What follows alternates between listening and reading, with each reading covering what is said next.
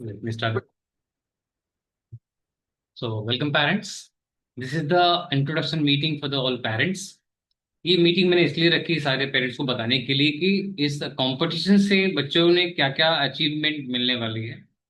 तो first and foremost thing is this कि जब बच्चा कंपटीशन में पार्टिसिपेट करता है तो वो अपनी प्रैक्टिकल चीजों को इम्प्लीमेंट कर पाता है जो कि उसने सीखी है अपने इस कोर्स के दौरान। जितना उसने एबेकस में सीखा हुआ है प्लस माइनस वट एवर जो भी सीखा उसने उसको प्रैक्टिकली इम्प्लीमेंट कर पाता है इस कंपटीशन में। जब वो सीख रहा होता है वो मैजिक वर्ड फॉलो कर रहा होता है वो प्रोसेस स्लो होता है। बट जब वो कंपटीशन दे रहा होता है तो अपनी पूरी स्किल्स को यूज करता है कॉन्फिडेंस बिल्डअप करता है और उसका एक माइंडसेट तैयार होता है कि yes we can face the challenges. जीतेगा नहीं जीतेगा वो एक अलग चीज हो गई। बच्चा क्या जीत के आएगा वो अलग बात है। लेकिन कंपटीशन की प्रैक्टिस करने से क्या फायदा उसको मिलता है। उसकी स्पीड और एक्यूरेसी इनहेंस हो जाती है। उसकी स्पीड बढ़ जाती है अपने आप से स्पीड राइट। उसका कॉन्फिडेंस बढ़ जाता है अपने आप। उसका एक हेल्दी कंपटीशन की फीलिंग अपने अंदर डेवलप करता है। अपना गोल सेट कर सकता है कि मुझे क्या अचीव करना है। राइट। उसकी हैबिट फॉर्म होती है। अब भी जब प्रैक्टिस करना स्टार्ट करेगा तो वो कुछ से सम्स कर पा रहा होगा। डेफिनेटली वो अपने माइंड में एक टारगेट सेट करेगा कि अब मुझे इतना सम्स करना है अब मुझे इतना करना है। That is a goal setting right. उसका जो कोशिश प्रयास कर रहा है उसको हम लोग रिकॉग्नाइज कर सकते हैं। और जो नेक्स्ट हायर लेवल्स होंगे उसके लिए फाउंडेशन तैयार होती है। तो ये हमारे कुछ की पॉइंट्स होते हैं जो बेनिफिट्स हमको मिलते हैं जब बच्चा हमारा प्रैक्टिस करना स्टार्ट करता है किसी कॉम्पिटिशन में पार्टिसिपेट करता है राइट। तो first of all we are going to introduce the module 4। तो ये वो बच्चे होंगे जो मॉड्यूल 5 में पढ़ रहे होंगे। यानी कि इन बच्चों को प्लस माइनस के सारे कॉन्सेप्ट पता है। प्लस और माइनस के सारे कॉन्सेप्ट उन्हें पता है। मॉड्यूल 4 का कॉम्पिटिशन दे रहे हैं वो। हाँ। Less friend less family add family सारे कॉन्सेप्ट उन्हें मालूम चल चुके हैं।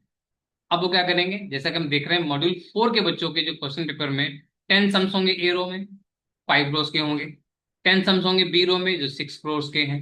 एंड 20 सम्स होंगे हमारे सी रो में जो कि हमारे 5 रोज के होंगे। राइट। अगर हम लेवल 2 की बात करें तो देखो यहाँ पे क्या है। ए रो में 20 क्वेश्चन 5 रोज के। बी रो में 20 क्वेश्चन 5 रोज के एक डबल डिजिट का है। सी रो में 20 क्वेश्चन 5 रोज के दो डबल डिजिट के हैं क्वेश्चन हमारे पास। तो जो लेवल 2 और लेवल मॉड्यूल 4 के बच्चों का पेपर है क्वेश्चन का पैटर्न सेम है। राइट। प्लस और माइनस के सम्स हैं लेकिन नंबर ऑफ क्वेश्चन डिफरेंट है। अगर मॉड्यूल 4 की बात करें तो यहाँ पे हमारे पास 10 10 10 20 40 क्वेश्चन होंगे कुल मिलाकर के। तो टोटल पेपर हो जाएगा हमारा 400 का। ए रो में 10 marks 10 question 10 marks each 100 marks के हो गए। बी रो में 10 मार्क्स 10 क्वेश्चन 100 मार्क्स हो गए। Right. And C row 20 question 10 marks each 200 question marks हो गए। राइट। तो टोटल पेपर हो गया हमारा 400 मार्क्स का। और लेवल 2 के पेपर की बात करें तो 20 20 20 यानी कि 600 मार्क्स का पेपर हो जाता है। हाँ। अब हम बात करते हैं कितने सम्स बच्चा कर सकता है। हाँ। उसकी कितनी कैपेसिटी है। तो अगर एक बच्चा बहुत अच्छे से काम करता है। देखिए बच्चे कई तरह के होते हैं। एक एक्सीलेंट बच्चा होता है एक अच्छा बच्चा होता है एक थोड़ा एवरेज बच्चा होता है एक बिलो देन एवरेज बच्चा भी होता है। हम डिनाई नहीं करते। हर तरह के बच्चे हम लोग की क्लास में होते हैं। जो बच्चे एक्सपर्ट होते हैं वो एक सम को करने में उन्होंने 6 लगाया तुरंत 9 लगाया लेफ्ट 6 लगाया 8 लगाया लेफ्ट 6 लगाया। उन्होंने एक भी सिंगल सेकंड खर्च नहीं करा। सम को देखते गए आंसर लगाते गए। राइट। एक भी सिंगल सेकंड खर्च नहीं करा। यानी कि अगर 5 रो का सम है तो विद इन 5 सेकेंड्स एक सम उनका हो जाता है। विद इन 5 सेकंड एक सम हो जाएगा। और 1 सेकंड चाहिए होगा उसका आंसर लिखने के लिए। तो हमने क्या एज्यूम करा है जो एक्सेलेंट बच्चा है वो 6 सेकंड लेगा एक सम को करने में ए रो का एक सम करने में 6 सेकंड का टाइम लेगा। 5 सेकंड नंबर पुट करने के लिए और 1 सेकंड आंसर को लिखने के लिए। तो अगर हम देखें तो 10 क्वेश्चन करेंगे तो वो 60 सेकंड्स में कर लेगा 10 क्वेश्चन। राइट। अब बी रो की बात करें तो 7 सेकंड लगने वाला है उसमें एक नंबर रो ज्यादा है। 5 की जगह 6 रो के सम्स हैं। तो 1 सेकंड ज्यादा लगेगा। तो हमने मान लिया 70 सेकंड लगेंगे उसको बी रो के सम्स करने में। और सी रो में देख रहा हूँ कि डबल डिजिट सम्स भी हैं तो उसको मैंने 100 सेकंड दे दिया है। तो ओवरऑल देख रहे हैं कि 2 मिनट 30 सेकंड लग रहा है।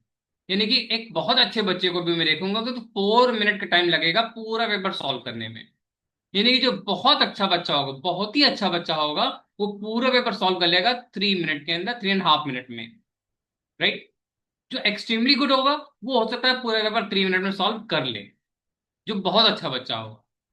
राइट, जो चैंपियन ऑफ चैंपियन बच्चा होगा वो पक्का है कि 3 मिनट पूरा पेपर सॉल्व कर लेगा।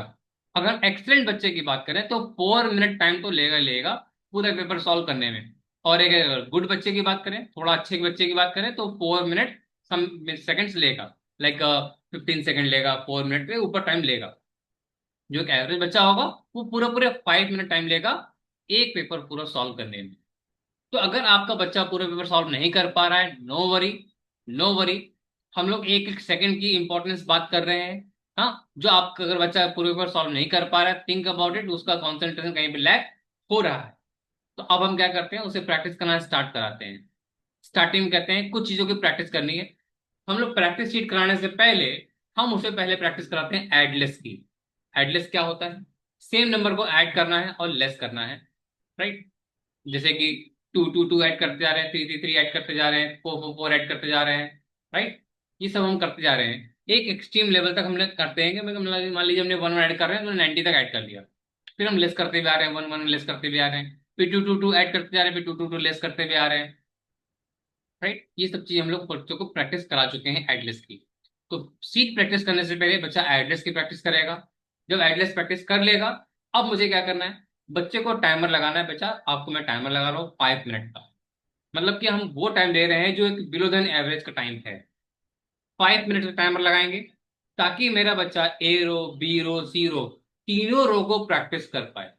अगर हमने 3 मिनट टाइम लगाया और बच्चा हमारा ए और बी रो ही कर पाया, सी रो प्रैक्टिस कर ही नहीं पाया, ठीक है, लेकिन जब प्रैक्टिस करते करते करते 1 महीने बाद उसकी स्पीड बढ़ चुकी होगी, फिर वो करने बैठेगा सी रो, फिर टाइम लगेगा। तो हम चाहेंगे कि बच्चा अभी स्टार्टिंग से ही तीनों रो की प्रैक्टिस करे। तो आप उसको 5 मिनट का टाइम दो। कंप्लीट तो केवल 3 मिनट्स का होगा, बट आई रिकमेंड कि आप उसको बच्चे को 5 मिनट का टाइम उसको लगाओ। तो पूरी शीट को सॉल्व करेगा 5 मिनट्स में। फिर आप उसको एक पूरी शीट सॉल्व कराओ 5 मिनट बाद, पूरी शीट सॉल्व करो 5 मिनट की। फिर उसको हम क्या करेंगे, बेटा चलो अब मुझे 3 मिनट टाइम दे रहा हूँ, देखिए तुम कितना कर पा रहे हो। राइट, तो इस तरह से हमको डेली 3 शीट्स की प्रैक्टिस करानी है। ऐसे ही सेम हम लोग अपनी क्लास में भी कराते हैं। यहाँ पे पहले 5 मिनट टाइम लगाएंगे, देखेंगे कितना मैक्सिमम मैक्सिमम वो कर पा रहा है। हम्म, धीमे धीमे करते करते करते करते क्या होगा ना, उसका एबेकस में हाथ सेट हो जाता है। हाँ, अभी मैं आपको समझ करके दिखाऊंगा कि समझ करना कैसे है। तो this is about the module 4 बच्चों के लिए कैसे क्या प्लानिंग हमारी है। ये हमारी जो पास्ट ईयर्स के एक्सपीरियंसेस रहे हैं उसके अकॉर्डिंग हमने एक स्ट्रेटजी बनाई है कि एक्सीलेंट बच्चे को कितना टाइम लगता है, गुड बच्चे को कितना टाइम लगता है, एवरेज बच्चे को टाइम कितना लगता है। It is our past experience about the children. तो अगर हमारा बच्चा पूरा पेपर सॉल्व नहीं कर पाया, इसमें कोई बड़ी बात नहीं है, क्योंकि आपने देखा हमने टाइम कितना सेकंड दिया है। एक सम को करने में मैक्सिमम 5 सेकंड टाइम दे रहा हूँ। राइट, तो जो बहुत अच्छा बचा वो 3 सेकंड पूरा सम कर ले, ये भी हो सकता है। तो 3 मिनट में पूरा पेपर सॉल्व हो सकता है जो बहुत अच्छा बच्चा होता है। Right, now we are talking about level 2 बच्चे। लेवल 2 के बच्चे कैसे क्या करेंगे? आप देख रहे हैं ए रो में 5 रो का सम है, तो इसको मैक्सिमम लगेगा 4 सेकंड। हाँ, ये बच्चे बड़े होते हैं लेवल 2 के, मॉड्यूल 4 बच्चे छोटे होते हैं। ये लेवल 2 के वो बच्चे होते हैं जो कि हमारे क्लास 3 4 5 ऐसे बच्चे होते हैं। हाँ, तो आराम से वो 4 सेकंड में सॉल्व कर सकते हैं। तो मैंने क्या देखा, 4 सेकंड में एक सम किया, 20 क्वेश्चन लगेंगे 80 सेकेंड्स। 4 सेकंड एक सम के लिए, डेफिनेटली 20 सेकंड, 20 सम्स के लिए 80 सेकंड टाइम हम एज्यूम करके चल रहे हैं। तो 80 80 80, अगेन हम देख रहे हैं कि 4 मिनट टाइम पेपर हमारे पास है। जो एक्सीलेंट बच्चा होगा, यानी कि बहुत ही अच्छा बच्चा होगा, वो 4 मिनट टाइम लेगा।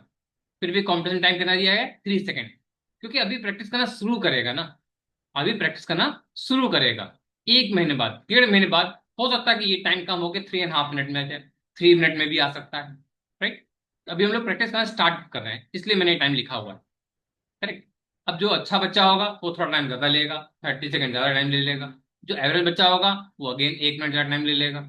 करेक्ट, तो हम यहाँ पे एक एनालिसिस बता रहे हैं कि बच्चे हमारे कैसे कैसे कैसे क्या प्रैक्टिस करेंगे, उनको कितना कितना टाइम लगने वाला है। राइट, तो ये चीज अपने माइंड में हमें रखनी है जब बच्चा प्रैक्टिस कर रहा होगा। और एक इंपॉर्टेंट बात, जब बच्चा प्रैक्टिस कर रहा हो तो हमें ध्यान देना है कि उसका ध्यान कहाँ जा रहा है। कई बार क्या होता है कि बच्चे ऐसे, मैं आपको दिखाता हूँ, मैं इसको स्टॉप शेयर करके आपको मैं एबेकस में दिखाता हूँ कि एबेकस में कैसे क्या करनी है। मेरे सामने एबेकस रखा हुआ है, आप देखिएगा। बच्चे ने पेंसिल होल्ड कर ली, ठीक है, एबेकस होल्ड कर लिया। अब सम्स करने स्टार्ट किया उसने। कुछ बच्चे क्या करते हैं, मैं आपको बता रहा हूँ टाइम कहाँ वेस्ट होता है।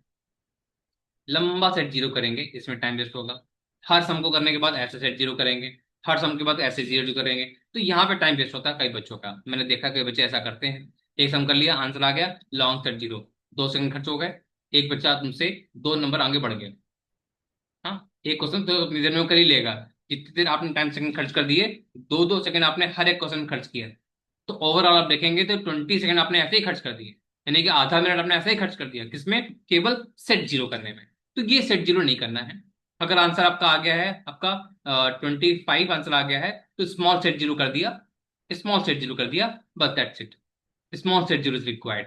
हाँ, तो ये बहुत इंपॉर्टेंट बात बच्चों को ध्यान रखनी है कि हम स्मॉल सेट जीरो का इस्तेमाल करें, लॉन्ग सेट जीरो इस्तेमाल ना करें। पहली।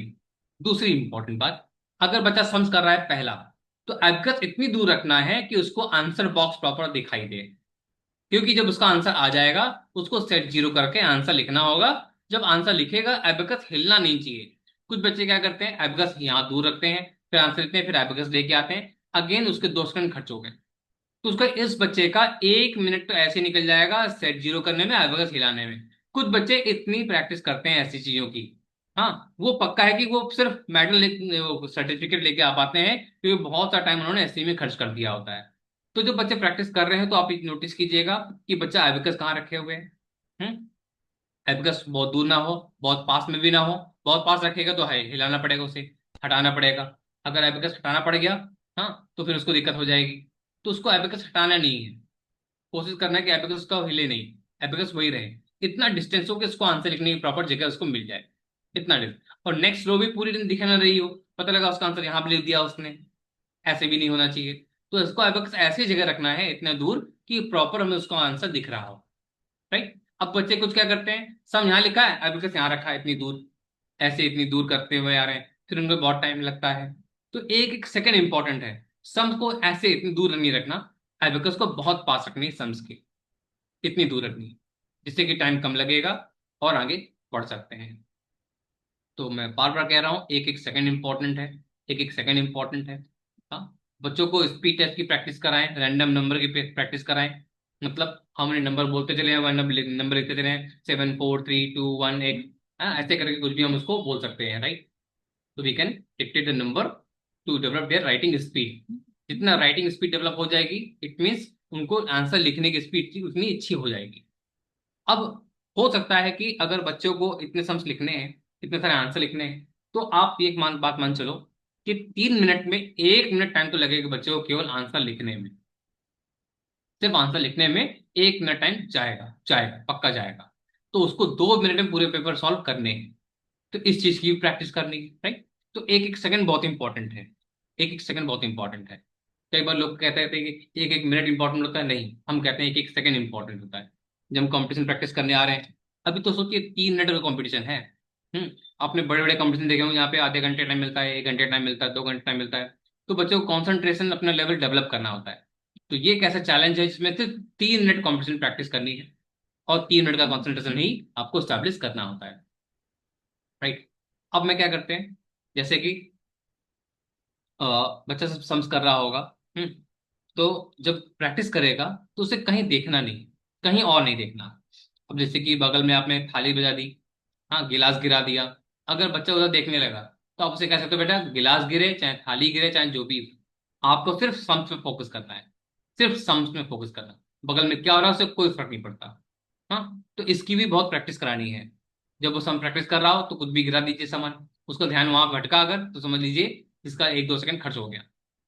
तो हमें सामान गिराना भी है, मतलब कुछ भी गिरा दिया, ऐसे पेन गिरा दिया, कुछ भी गिरा दिया, जिससे कि उसका डिस्ट्रैक्शन करने का, मतलब उसको आदत पड़ जाए, कि उसको ध्यान नहीं देना है। मान लीजिए कंपटीशन जब हो रहा है, हाँ, किसी सेलिब्रेशन कहीं चल रहा होगा, कहीं वहाँ ब्लास्ट हो गया, कहीं कुछ हो गया, हाँ, पटाखे फूट रहे हैं, कहीं कुछ हो रहा है, साउंड आ रहा है, तो डिस्ट्रैक्ट हो रहा है। तो वो डिस्ट्रैक्शन उसके लिए, उसके लिए एक मजाक हो जाएगा, अरे ये तो मेरे, हम तो करते रहते हैं ऐसा, उसको ध्यान भटकने नहीं पाएगा। तो ये कुछ चीजें हैं जो हमें ध्यान देनी है जब बच्चा प्रैक्टिस कर रहा हो। तो जैसे सम्स कर देगा, हाँ, एक और इम्पोर्टेंट बात, सम्स करेगा कैसे, उसको पता है कि हमें इस नंबर में कैसे एक्शन लेना है।